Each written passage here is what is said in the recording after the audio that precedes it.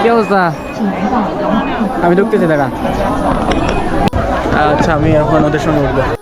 আচ্ছা, এই আমার ছোট ভাই মইনুল, ও আসছে সকালবেলায় চারনাতে, এবং সাথে সাথে ওদেরকে গ্রেট ওয়ালে নিয়ে আসছে। আমিও সঙ্গে গ্রেট ওয়ালে ঘুরবো আর কি। কেমন লাগতেছে? হ্যাঁ, খুব ভালো।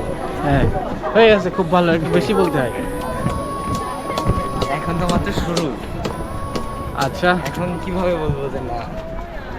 আচ্ছা আচ্ছা, আমি এখন আছি গ্রেট ওয়াল চায়নাতে, এবং এটা আমি বেইজিং অংশে আছি।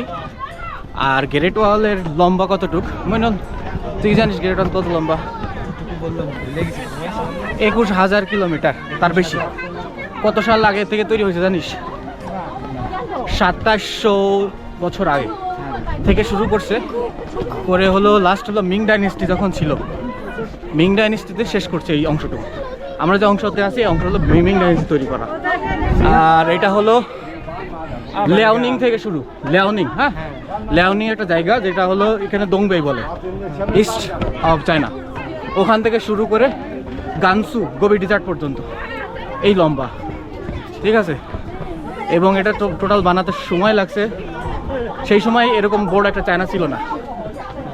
অনেকগুলো ছিল তোর হলো চাও মানে চাও দেশ, ছি দেশ, এরকম মিলে 5টা দেশ ছিল।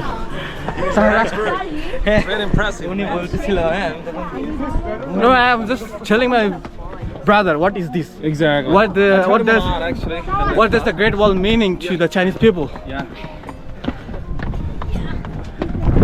Because now they just only know see this architecture, but they don't know the history behind of this one. Exactly, yeah. Why they need to build this huge architecture? Yeah. আচ্ছা, এখন হলো এই গ্রেট ওয়ালের উদ্দেশ্য কি ছিল বানানোর?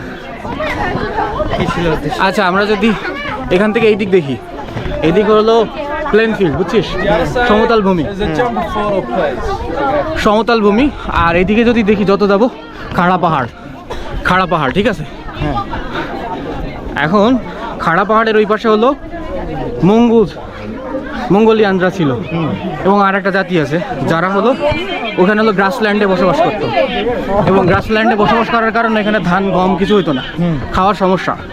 তো তাদের একমাত্র উপায় ছিল, আবার গ্রাসল্যান্ডে ভালো হয় হলো পশু, ঠিক আছে, যেরকম তোর হলো ভেড়া, এই ধরনের যে প্রাণীগুলো আছে, এই প্রাণীগুলো এখানে ভালো হয়। যার কারণে তখন ওদের একমাত্র উপায় ছিল যে ভেড়া বা ভেড়া জাতীয় গাছ যত জিনিসপত্র আছে ওর চামড়া নিয়ে বিক্রি করা, এদের কাছে চামড়া নিয়ে বিক্রি করে এদের কাছ থেকে ধান খাদ্যশস্য নিয়ে যাওয়া, একমাত্র এটাই উপায় ছিল। এখন পরবর্তীতে ওরা রাস্তা জানলো কীভাবে আসতে হবে, আসার পরে ওরা একটু হিংস্র টাইপের ছিল, যার কারণে ওরা এখানে আসে আচমকা আক্রমণ করে আশেপাশে যত বাড়িঘর ছিল লুটপাট করে আবার চলে যেত। তখন বললাম না যে 5টা দেশ ছিল তখন আগে, সে 5টা দেশ সবাই মিলে চিন্তা করলো যে না, আমাদের এখন এদের ঠেকাতে হবে। তাই কীভাবে ঠেকাও? প্রাচীর বানাও, সেই পাহাড়ের উপরে প্রাচীর বানাও, এটাই হলো মোট কথা এখানে। এবং এত লম্বা ওরা প্রাচীর শুরু করছে। মোটামুটি মিং ডাইনেস্টি ছিল তোর এখান থেকে 200 বছর আগে, হ্যাঁ 200 বছরও না, দেন 150 বছর মতন হবে, সেই পর্যন্ত মিং ডাইনেস্টি ছিল। আর এই যখন এই পুরো চায়নারও একটা হিস্টোরি আছে, এই পুরো চায়না এখন যেরকম বড় দেখতেছিস সেরকম বড় ছিল না। সেটা বড় থাকার পিছনে একটা এম্পেরিয়রের কথা ছিল। বলা যায় বাংলাদেশে যেমন আমাদের ইন্ডিয়ান সাবকন্টিনেন্টাল হলো সুলতান, এখানে এম্পেরিয়র হোয়াংদি বলে এটা। হ্যাঁ, চীন মানে এখন যে চায়না, চীন নাম, এটা ওই এম্পেরিয়রের নাম থেকে আসছে, চীন শি হোয়াংদি। হ্যাঁ, ও পুরো চায়না যখন এক করে তখন এই পুরোগুলো আরও ভালো দমে কাজ শুরু করে, বুঝছিস। এই হলো এদের মোটামুটি কাহিনী, যে কেন বানাতে হয়েছে, কী করতে হয়েছে।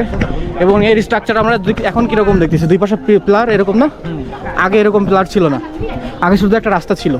পরবর্তীতে দেখলো যে দূর থেকে ওরা তীর মেরে মানুষ মেরে ফেলে, তখন এই দেখ এইরকম দেখতেছিস যেগুলো, এইগুলো এখানে তোর হলো একজন সোলজার দাঁড়ায় থাকতো তীর নিয়ে, প্রহরী আর কি, এরকম তীর নিয়ে দাঁড়ায় আছে যে কখন যদি কোনো শত্রু দেখা যায় বা আক্রমণকারী দেখা যায় এখান থেকে তীর মারবে।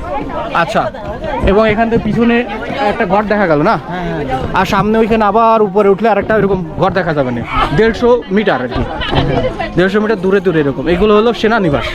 তো সেনানিবাস প্রথমে কীরকম ছিল, একতলা, আচ্ছা একতলা কেন?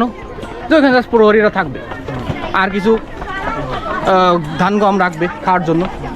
পরবর্তীতে দেখলো যে বৃষ্টি হয়, তো তারপরে তোর হলো যখন স্নো হয়, তুষারপাত পড়ে, তখন আবার সমস্যা। তো সেগুলো কীভাবে করতে হবে, ওর ছাদ দিলাম। ছাদ দিয়ে এবার দেখতেছি যে ছাদ দিলে তো হবে না, প্রহরী কীভাবে দেখা, ছাদের পরে আবার হলো একটা আরেকতলা দিয়ে এরকম করে বানানো, মোট 2 তলা এরকম থাকে। যাতে না দেখতে হয়।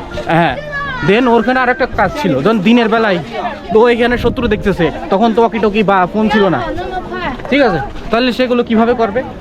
তখন ফোন বা ওয়াকিটকি না থাকার কারণে হলো ধোঁয়া বের করতো। দিনের বেলায় কালো ধোঁয়া, আর রাতের বেলা আগুন ধরাই দিত। ওখানে বিভিন্ন সিগন্যাল ছিল ওদের, মানে আর্মিদের নিজেদের ভিতরে ওই সিগন্যাল দিত যে এখন কি অবস্থা। এই হলো টোটাল একটা সামারি।